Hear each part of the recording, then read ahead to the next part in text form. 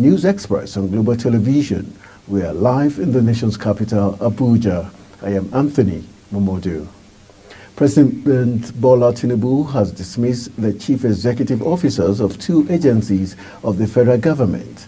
Those dismissed are Babatunde Irukere, the CEO of the Federal Competition and Consumer Protection Commission, and Alexander Oko, the CEO of the Bureau for Public Enterprise. According to a statement by the Special Advisor to the President on Media and Publicity, Ajurin Gelale, on Monday, the President directed them to hand over to the next most senior officer in their respective agencies, pending the appointment of new CEOs.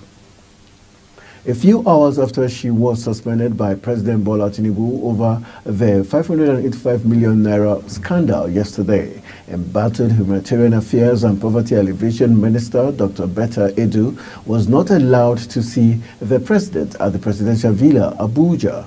The Nigerian leader had earlier yesterday suspended Edu from office with immediate effect and directed the Economic and Financial Crimes Commission, EFCC, to conduct a thorough investigation into all aspects of financial transactions involving the Federal Ministry of Humanitarian Affairs. She was accused of financial infractions bordering on the approval of payment of about 585 million naira into private accounts of a civil servant who is said to be the accountant in charge of grants for vulnerable Nigerians in Akwa Ibom and other states. The EFCC summoned Edu for interrogation and investigation in connection with the scandal today. Betta Edu, suspended Minister of Humanitarian Affairs and Poverty Alleviation, is currently in custody of the Economic and Financial Crimes Commission, EFCC, shortly after President Bola Tinubu suspended her on Monday. The anti-graft agency summoned Edu to its headquarters in a Jabi area of the Federal Capital Territory, Abuja. The anti-graft agency had earlier recommended the suspension of the minister in order to pave way for the ongoing investigation that had been ordered by the president. Edu is expected to be questioned over alleged 585 million naira fraud in her ministry. The presidency had withdrawn the powers of the suspended minister, thereby denying her access to the Aso Villa in Abuja. The powers enables top government officials to gain entry to the villa and meet with the president. The Federal Capital Territory High Court in Abuja has declared the prolonged detention of the former governor of the Central Bank of Nigeria, Godwin Emefiele, without trial as a flagrant violation of his fundamental rights. The court also slammed a total of 100 million naira fine against the federal government and the Economic and Financial Crimes Commission. The judgment was given in a fundamental human rights suit filed by the former CBN governor following his prolonged detention in the custody of the Department of State Services. He asked the court to order the respondents to pay him 1 billion naira damages and to restrain them from further arresting or detaining him. The ex-CBN henchman was arrested on June 10th, shortly after his suspension by President Bola Tinubu. Listed as defendants in the suit were the federal government, the Attorney General of the Federation, and the Economic and Financial Crimes Commission and its chairman. Delivering the judgment in Abuja, Justice Kayode Adeniyi also restrained the federal government and its agent from rearresting or detaining Emefiele without an order of court. The federal government, through the Federal Ministry of Education, will today set up an interministerial committee to combat the activities of degree mills. The Ministry Director of Press and Public Relations, Ben Gong, made this known in a notice sent to journalists in Abuja. Education Minister Professor Tahir Mamman will today inaugurate an interministerial committee on degree mills. Gong said in the notice that activities of degree mills once again came to the center of discussions in Nigeria following an investigative report by a reporter, Omar Audu, with the Daily Nigerian newspaper on the activities of degree mills in Benin Republic and Togo. The report, which exposed the illegalities perpetrated by some tertiary institutions in the West African states, led to the Nigerian government placing a ban on the accreditation and evaluation of degrees from Benin Republic and Togo. Kogi State Governor Yahaya Bello appointed caretaker chairman for the state's 21 local government areas. The appointments came at the heels of the expiration of the tenure of the elected council chairman in December 2023.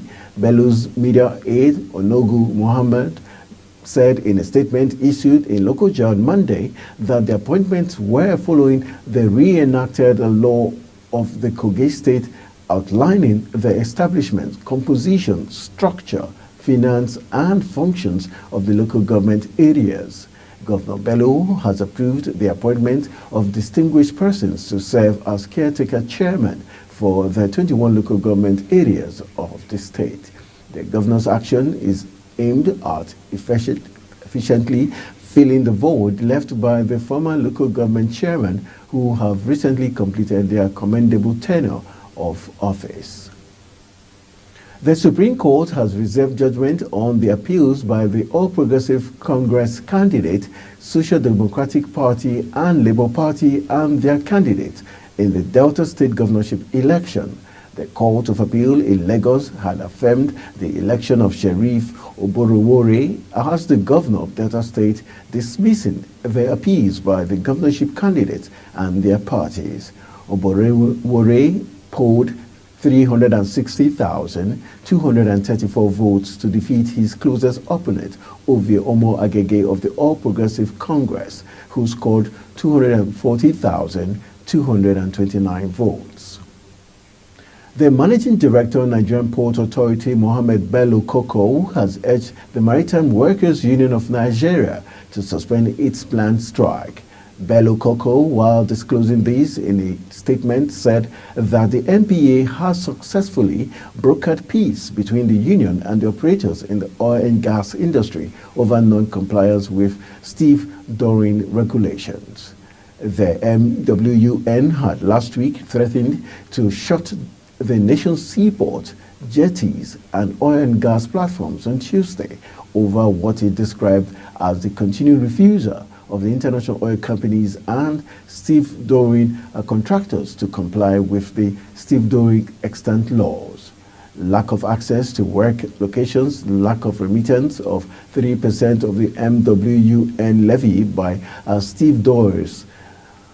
The union also complained that it had written a series of letters, press releases, and ultimatums, and marine notices and several ministerial orders, but all were serially ignored, even as they blamed the NPA for allowing the IOCs to operate without control. The Trade Union Congress TUC has claimed that the federal government stopped paying 35,000 naira minimum wage after first month despite having the revenue to pay. The president of the Trade Union Congress, Festus Osifo, made this claim on Monday.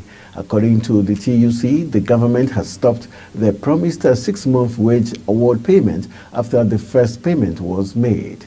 Meanwhile, the union has given President Bola Tinubu a 10-point agenda as part of its demands to the federal government. Osifo noted that the government had not notarized the 10-point agenda that the TUC had presented to the government, which was eventually agreed with. Osifo then said that the demands that the TUC listed in the 10-point agenda came about as they considered the suffering of the average Nigerian because of the high rise in prices due to inflation, the removal of fuel subsidy, and economic challenges. Osun's management rocking the State College of Education, Ela Orongu. It was alleged that a sum of 200 million naira had been mismanaged under the current governing council of the college, led by Dr. Peter Babalola, about 5 months after assumption of office.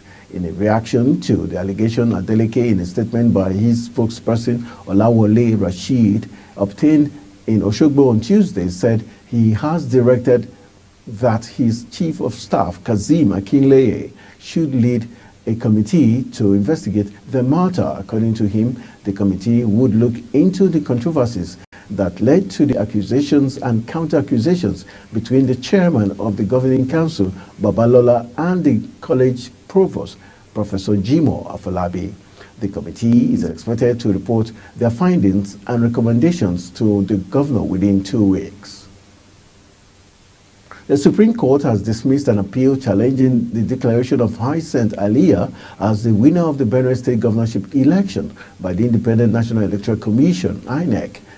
Candidates of the People's Democratic Party, PDP, Titus Oba, who filed the appeal, alleged that Alia's deputy, Sam Ode, was involved in certificate forgery. But the appeal was dismissed by the Apex Court justices after Oba's counsel applied for its withdrawal on the grounds that the court lacks jurisdiction to hear the appeal. The court held that Oba sought to have prosecuted the case against the deputy governor at the High Court. The State Election Petition Tribunal and the Court of Appeal in Abuja had earlier affirmed Alia as the winner of the March 18 governorship election.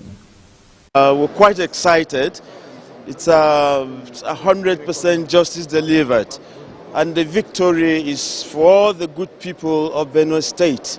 God leads, and God is again demonstrates every day, that justice is justice. I'm quite pleased that it's come to this point. It's going to ginger us some more to do the great things for the state. Actually, it's quite a high time for everyone to come on board with us, for the progress, for the development of Benue State. So it is a great win for all the great people of the state. We're very excited about the day. I am appreciative of the work done by the justices that sat on the case. This is a long battle that took us to 13 cases at the pre-election matter on this same point. They lost down to Court of Appeal up to Supreme Court and re-instigated the case during, in the election petition. And today, the Supreme Court have just shown to the world that justice is consistent. Justice is for all. That the case, the court is consistent in doing justice to the society, and they are not interested in the politics around it. So I am very, very elated that it ends this way. And I'm not sure it's expected because I've read the case. There's no merit in the case. The Comptroller General of the Nigerian Customs Service, Adewale Adeniyi, has expressed readiness to partner with the African Continental Free Trade Agreement Secretariat for enhanced trade facilitation in the African continent. Adeniyi disclosed this yesterday when he received members of the AFCFT Customs Corporate Headquarters in Abuja. Lamenting the low trade volume in Africa, Adeniyi said the NCS fully understands the importance of balancing trade facilitation and revenue, while pointing